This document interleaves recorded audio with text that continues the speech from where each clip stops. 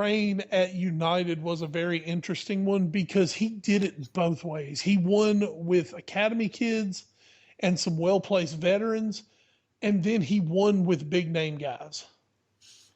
And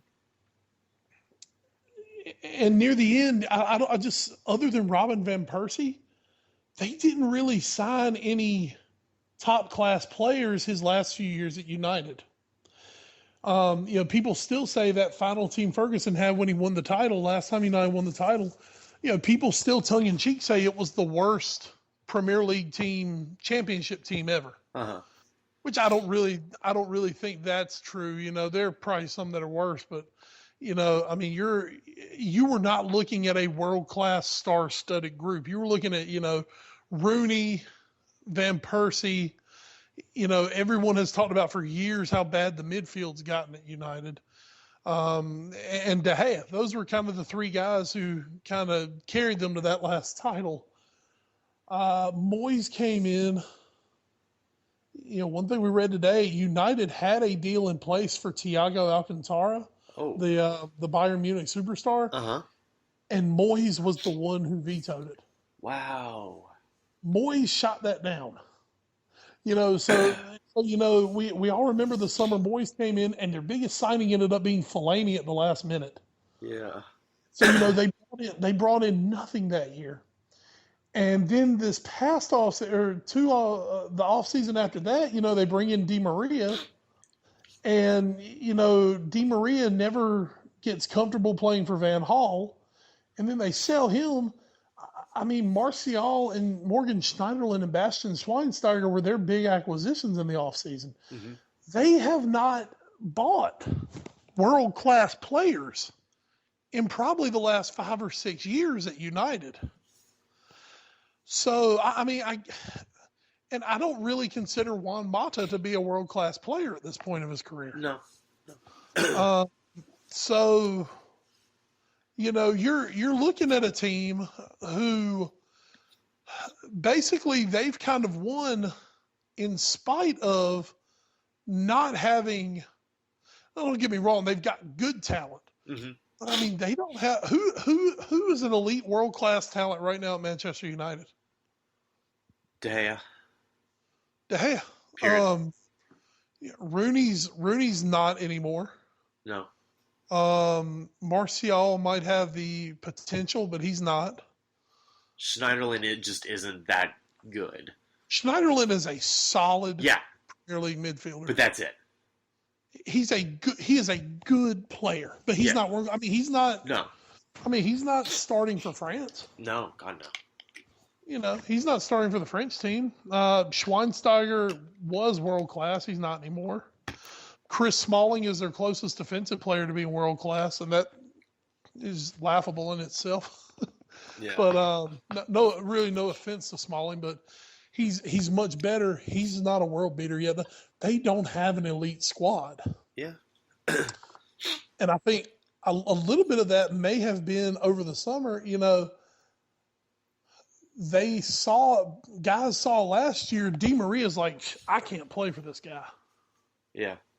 This guy's killing me. When Angel Di Maria comes off, and don't get it twisted, Angel Di Maria carried Real Madrid to La Decima. You can talk Bale and Ronaldo all day. Di Maria was the X factor that took that team to La Decima. And then he comes in, is basically seen as a failure at United, and then turns around this year and is right back to doing what he's always done at PSG. To me, that says to me that, they did not have him doing the right things at United. Right. So, world-class players see that and they're like, ugh, do I want to go play for Van Gaal in a place where, the media crunch is going to be all over me that I have to come in and be elite? Am I going to be put in position for that? And then that's what you've been hearing from the United supporters and the murmurings all year is he's not putting the right guys in the right places to be great. So I just think at the end of the day for Woodward, it's going to be extremely crucial as to who he hires. And I truly believe they're either going to end up with Mourinho or Guardiola. At this point, I would put my money on Mourinho because that just seems like a marriage that both sides want to happen. Right. And I'm not so unsure that by the time January 1 rolls around and the transfer window opens, that it's not going to be somebody other than Louis Van Gaal who's going to be coaching those new players they bring in. I think if United's going to make the move in season, it's almost, assuredly going to be Mourinho. Absolutely. Yeah. So I think that would be good.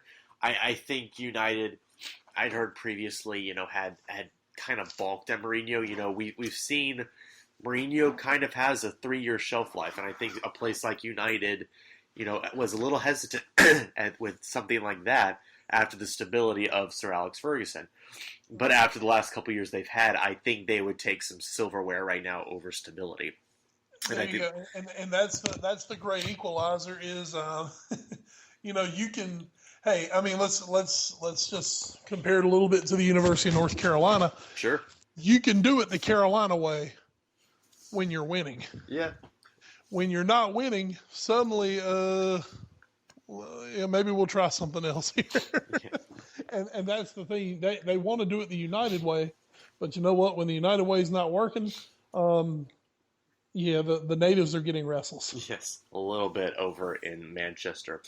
We have some matches we're just going to kind of breeze through here now because we still do have 3 matches we're going to dive a little more in depth into. Fabrizio Collicini got his first goal in a year from a corner for Newcastle. Jordan Ayew, he's wasting his talents, Randy, at Villa, but his individual efforts leveled it for the Villains. Newcastle had multiple golden opportunities that they just did not take advantage of, and this tie between very, very low-level clubs finished in a tie. Newcastle United 1, Aston Villa 1. It was up the Chippy Cherries this week. James McLean got a straight red for West Brom on his challenge against Adam Smith of AFC Bournemouth. That saw McLean get sent off just after a half an hour of play. Smith then put Bournemouth up on a great shot from outside the box. West Brom did get their equalizer down a man in the second half from Gareth McCauley on a header from a set piece, but Dan Gosling got taken down by Fletcher in the box, which allowed Charlie Daniels and his band to score a penalty for the winner for Bournemouth. It was West Brom's Rondon was also sent off minutes from time after a contentious affair and possibly a headbutt. There may be more sanctions coming against him as that finished West Bromwich Albion 1, AFC Bournemouth 2. Crystal Palace got a big win on the road.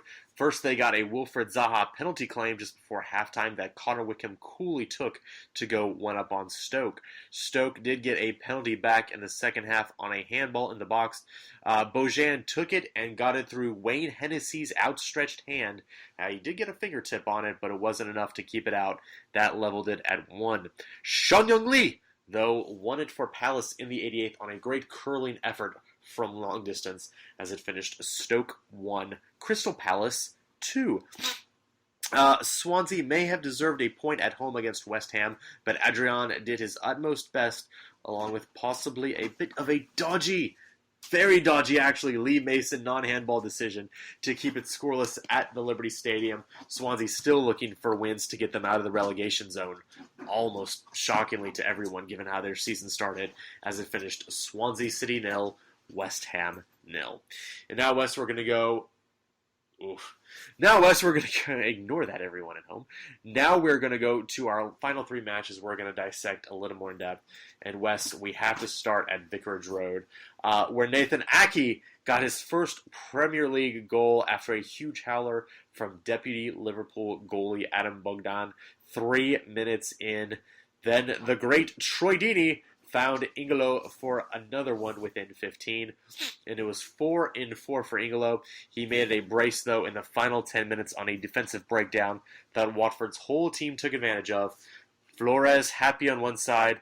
On the other side, a sight no one wants to see. It's an angry German, as it finished Watford 3, Liverpool 0. And Wes, after the match, when asked by reporters how to fix this. Klopp had maybe one of his first snaps at Liverpool responding, if you guys would stop asking me about it, maybe I could fix it. So as a man, this was your Sunday game. What are your thoughts on Liverpool's recent defeat?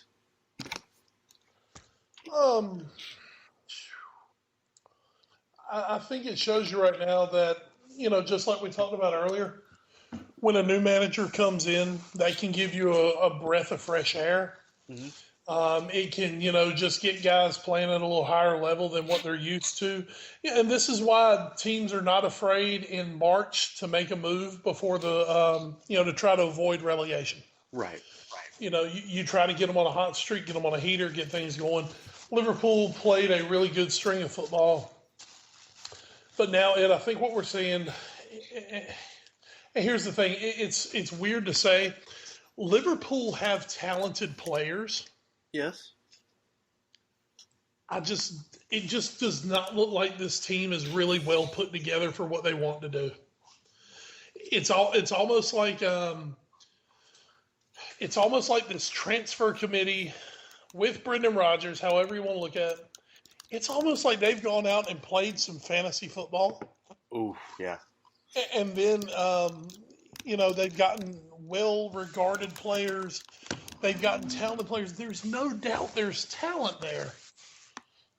But it's just, it's not coming together at the moment. Now, that said, injuries obviously playing a concern there. Liverpool, I literally don't know what they're going to do about central defense coming up. Yeah, Martin Skirtle's going to miss about 6 weeks. You're very right. I mean, he's out 6 weeks. Still probably another 3 weeks on Dejan Lovren.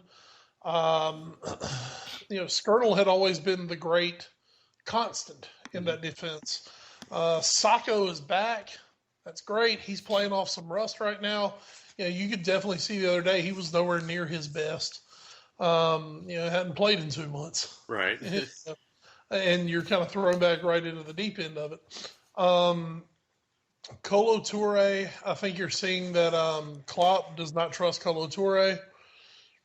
Can't really blame him. Yep. Yeah. So it's kind of coming down at the moment. What are Klopp's options, especially at the back? He could drop Emre Can into central defense. Chan has played there in the German setup, the German national team setup. He's played at center defense. A lot of rumors going on around the transfer market. Nevin Subotic from Borussia Dortmund, a guy who was under Klopp, kind of made his name. There's a big rumor going around that he could be involved in a loan, at least for the rest of the season. If nothing else, at least a loan. Joel Matip from Schalke is out there as a target, but it looks like Matip maybe won't be coming until the summer. Put on top of that, James Milner missed the game through injury. Mignolet missed the match through injury. Let me shock you and tell you Daniel Sturridge missed the match due to injury. I don't believe you. Knocked me over with a feather, right? Yeah. I saw something today very funny. It said according to the Echo, Sturridge won't be out before the year's over. And one of the comments I saw, which year are we talking about? So are we talking 2016 here? Sturridge is out. Benteke is looking really, really, really like he was not worth 32 million pounds. And see, to me, Benteke is one of those guys. It was almost like, Brendan Rodgers last summer was like, I need to show that I want to go out and get a striker. Right. But I can't go get the one I want. The one I think everyone wanted at Liverpool was, oh, crap. I can see him and I can't think of his name. My guy from Lyon.